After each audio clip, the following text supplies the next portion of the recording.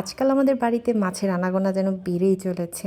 আর এই কাজটা নিজের ইচ্ছায় দায়িত্ব নিয়েছে বাবা। যদিও সে মাছ তেমন একটা খায় না, একটু মচমচে করে ভাজা করলে সে একটু একটু খায়, বাট রান্না করলে সে কখনোই প্লেটে মাছ তুলবে না। কালকে আবার হঠাৎ করে একটা বড় মাছ নিয়ে এসে বলল, মা এই মাছটা আমরা ভাজা করে হরবো খাবো। এটা শুনে প্রথমে আমি অবাক হয়েছিলাম, কারণ সে এমনিতেই মাছ খায় না, আর হঠাৎ করে একটা আবদার সে করে বসলো। আবার একদিকে খুশি হয়েছি, কারণ সে এই আবদারটা নিজ থেকে করেছে।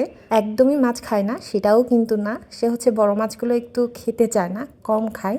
আর এগুলো হচ্ছে ভাজা করলে দেন সে প্লেটে তুলবে। তবে ছোট মোলা মাছগুলো বাবার খুব পছন্দ। তো এটা মনে হয় কাতলা মাছ ছিল, আমি জানি না।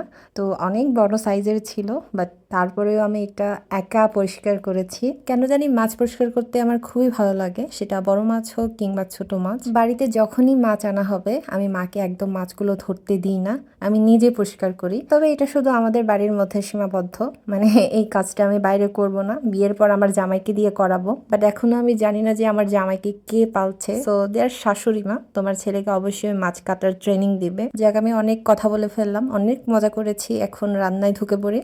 এখানে আমি ভাজা করার জন্য আলাদা করে মাছগুলো রেখেছি, সাথে হচ্ছে মাছের যে চিরুনিগুলো থাকে সেগুলাও দিয়েছি। যেহেতু বড় মাছের চিরুনি, এগুলা ভাজা করলে খেতে ভালো হয়। এক্সট্রা কোনো কিছুই আমি এখানে অ্যাড করিনি, জাস্ট হালকা করে হলুদ আর লবণ আমি মাছের গায়ে মাখিয়ে নিয়েছি। আমরা যেহেতু হরবো করব, তার জন্য এই মাছগুলো প্রথমে একদম মচমচে করে ভেজে নিতে হবে। তবে এখানে মাছ ভাজার আগে আমরা মরিচগুলো সেদ্ধ করে নিয়েছি। তো এখানে যার যতটুকু ঝাল প্রয়োজন, যে যতটা ঝাল খেতে পছন্দ করো সে সেভাবে হচ্ছে মরিচগুলো অ্যাড করে নিবে। আর আজকে যখন আমি মাছগুলো পরিষ্কার করছিলাম, যখন আমি মাছগুলো ধুচ্ছিলাম, তোমরা তো দেখেছো, সেই ভিডিওগুলো হচ্ছে মা আমাকে করে দিয়েছে। মা কিন্তু আজকাল এই ক্যামেরাম্যানের দায়িত্বটা খুব ভালোভাবেই পালন করছে, মানে বলতে পারো খুবই এক্সপার্ট হয়ে গেছে সে। তোমরা জাস্ট মাছের কালারটা দেখো কি সুন্দর হয়েছে, তাই না? আর মাছগুলো কিন্তু একদম মচমচে ভাবে ভাজা হয়েছে, যেহেতু আমরা হরবো করব। এখন আমরা তৈরি করে নেব আমাদের হরবোর মেইন মশলাটা। মরিচগুলো কিন্তু কাঁচাও দেওয়া যায়, বাট আমরা এখানে মরিচগুলো একটু হলা করেছি। তারপর নিয়েছি অনেকগুলো রসুন।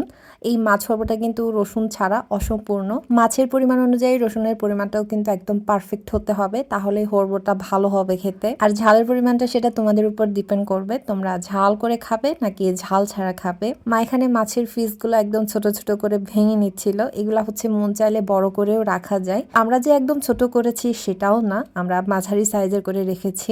দেন এখানে দিয়েছি পেঁয়াজ কুচি, ধনে পাতা কুচি, মরিচ বাটা, মানে যেটা আমরা লাস্টে তৈরি করেছিলাম। তো সবগুলো উপকরণ একসাথে মিক্স করতে হবে। আর অবশ্যই এখানে অ্যাড করতে হবে কাঁচা সরিষার তেল, আর অবশ্যই পরিমাণ মতো লবণ। এটা ভালো মতো মাখানো হয়ে গেলেই হয়ে যাবে মাছ হরবো।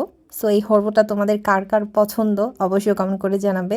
আর যদি এখনো তোমরা এটা না খেয়ে থাকো, তাহলে এই রেসিপিটা ফলো করে অবশ্যই ট্রাই করবে। যেহেতু এটা বাবার জন্য বানিয়েছি, বাবার কাছ থেকে রিভিউ নিয়েছি, সে বলেছে খুবই দারুণ হয়েছে, ভালো হয়েছে খেতে। সো তোমাদের কেমন লেগেছে অবশ্যই কমেন্ট করে জানাবে। আর যদি ভালো লাগে তাহলে অবশ্যই লাইক কমেন্ট শেয়ার করে দিবে। অ্যান্ড দেখা হবে নতুন আরেকটি ভিডিওতে। সে পর্যন্ত সবাই ভালো থেকো, সুস্থ থেকো, টাটা।